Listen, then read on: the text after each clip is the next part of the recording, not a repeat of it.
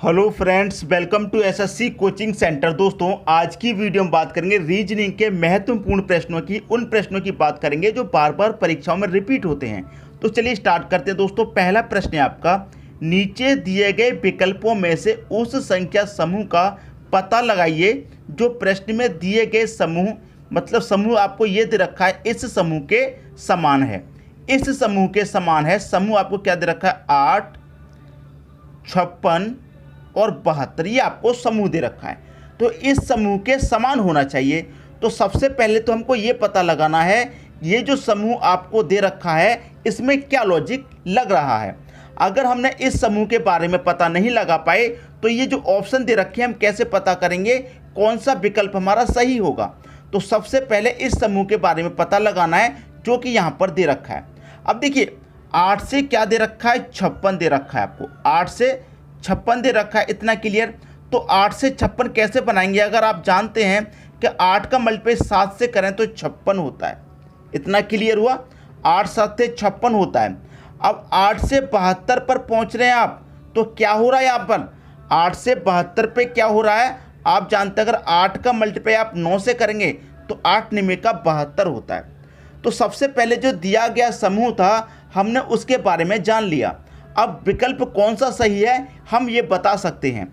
सबसे पहले अगर मैं पहला विकल्प लूँ तो पहले विकल्प में दोस्तों क्या होगा, क्या 5 का मल्टीप्लाई कितने से करना होगा? 7 से। फिर 5 का मल्टीप्लाई 9 से करना होगा, तभी तो सही होगा। तो देखिए, मैं 5 का मल्टीप्लाई 7 से करूँगा तो 5 7 35 होता है, लेकिन यहाँ पर 30 दे रखा है, तो पहला ऑप्शन गलत हो गया हमारा। दूसरा ऑप्शन चेक करेंगे, कितने से करेंगे मल्टीप्लाई? पहले 7 से।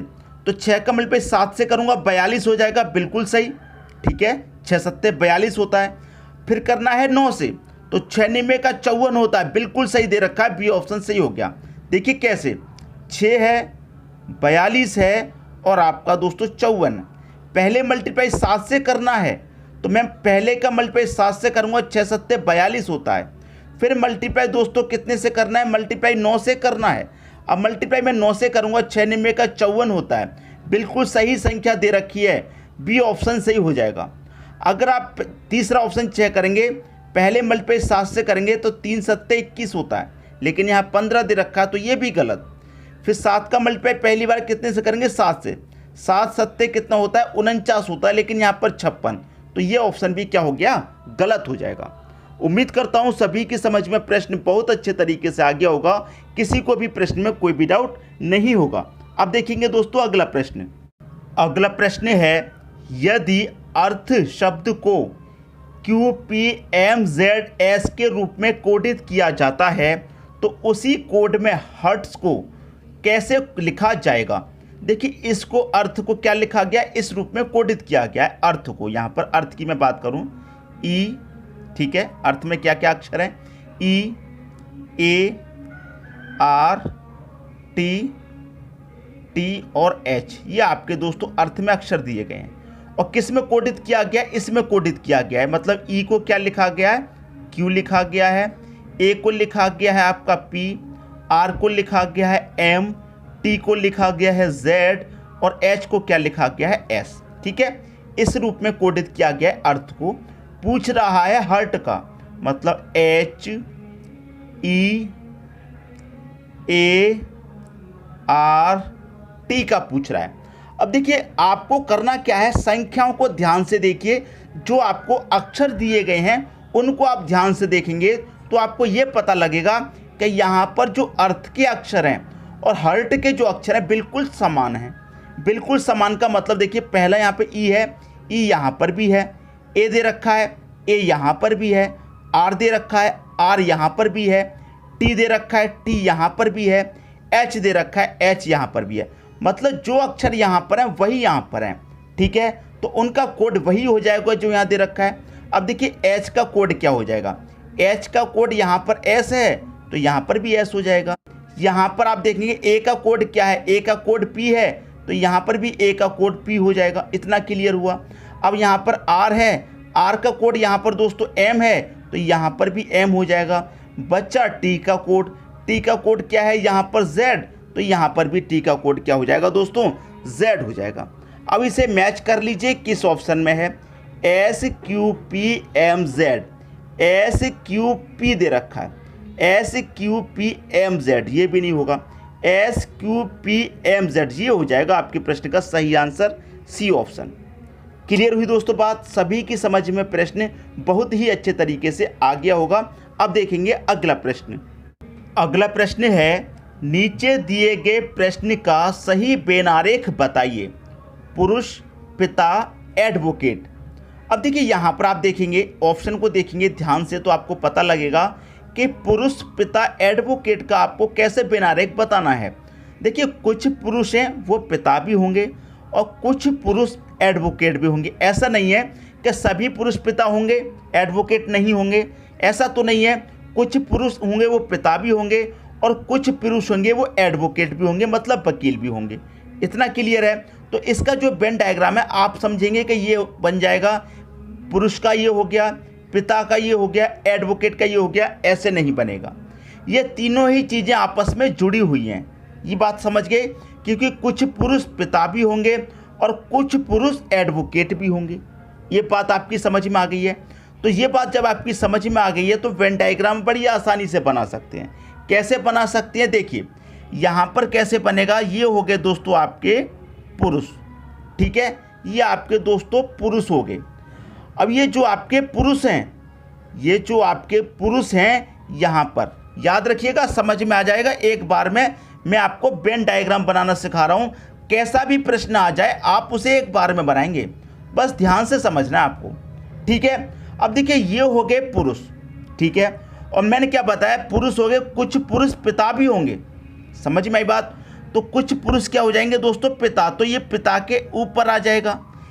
ये तो पुरुष हो गए और ये क्या हो गए, पुरुष के पिता। इतनी बात क्लियर हुई? और कुछ पुरुष क्या होंगे, एडवोकेट भी होंगे, पिता भी होंगे और एडवोकेट भी होंगे। तो वो क्या हो जाएगा, यहाँ पर तीनों आपस में ये जुड़ जाएंगे। तो ये देखिए किस ऑप्शन में यहाँ पर आपको दिखाई दे रहा है, आप देखेंगे पहले ऑप्शन में यहाँ पर दिखाई दे रहा है। अगर आप ये सोचें कि ये बड़ा वाला हो गया एडवोकेट, पुरुष भी इसके अंदर आ जाएगा, पिता भी इसके अंदर आ जाएगा, इस तरीके से नहीं करना। याद रखिएगा मैं आपको वेन डायग्राम बनाना सिखा रहा हूँ ताकि कभी भी गलत ना हो। उम्मीद करता हूँ सभी की समझ में प्रश्न आ गया होगा। अब देखेंगे अगला प्रश्न।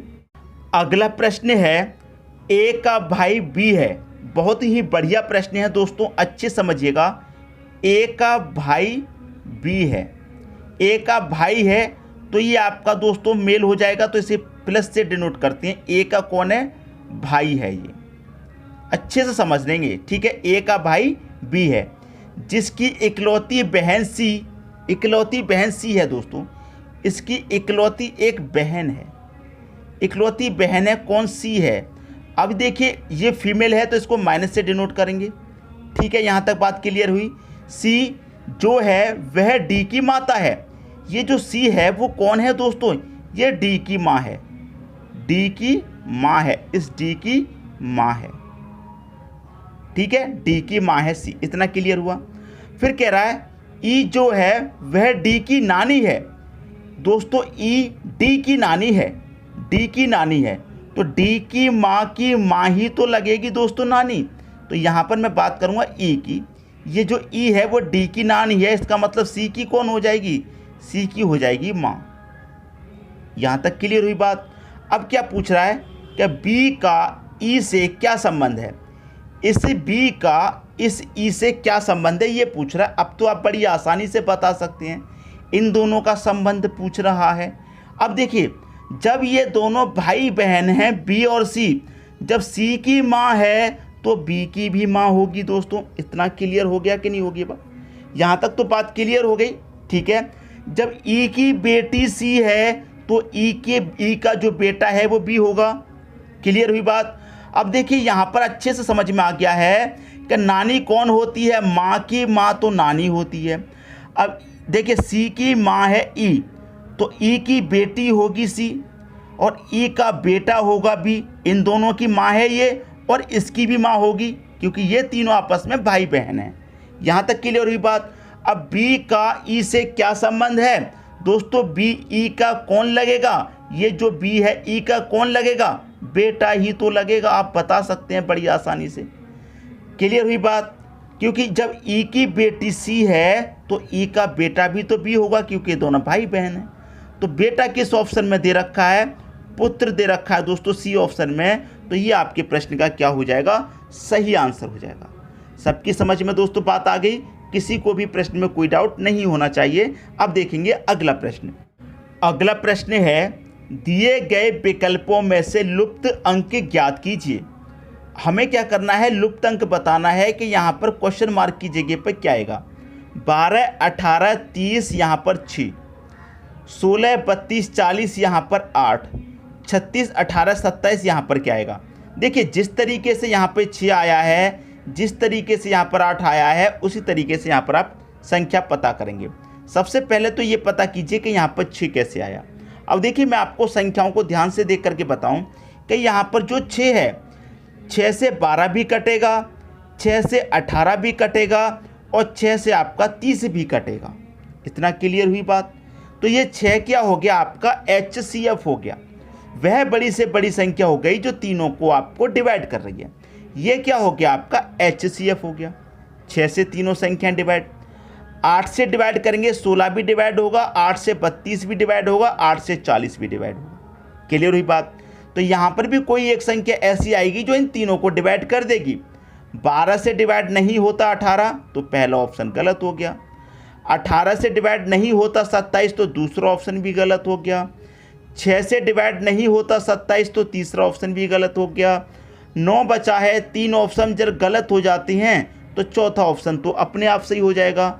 9 से दोस्तों 36 भी कटता है 4 बार में, 9 से 18 कटता है 2 बार में, और 9 से दोस्तों आपका 27 कटता है आपका 3 बार में। 9 त्रिक 27, तो यहाँ पर जो आएगा वो आ जाएगा 9। ये आपके प्रश्न का क्या आ जाएगा? सही आंसर। उम्मीद करता हूं दोस्तों कि सभी की समझ में प्रश्न बहुत ही अच्छे तरीके से आ गया होगा।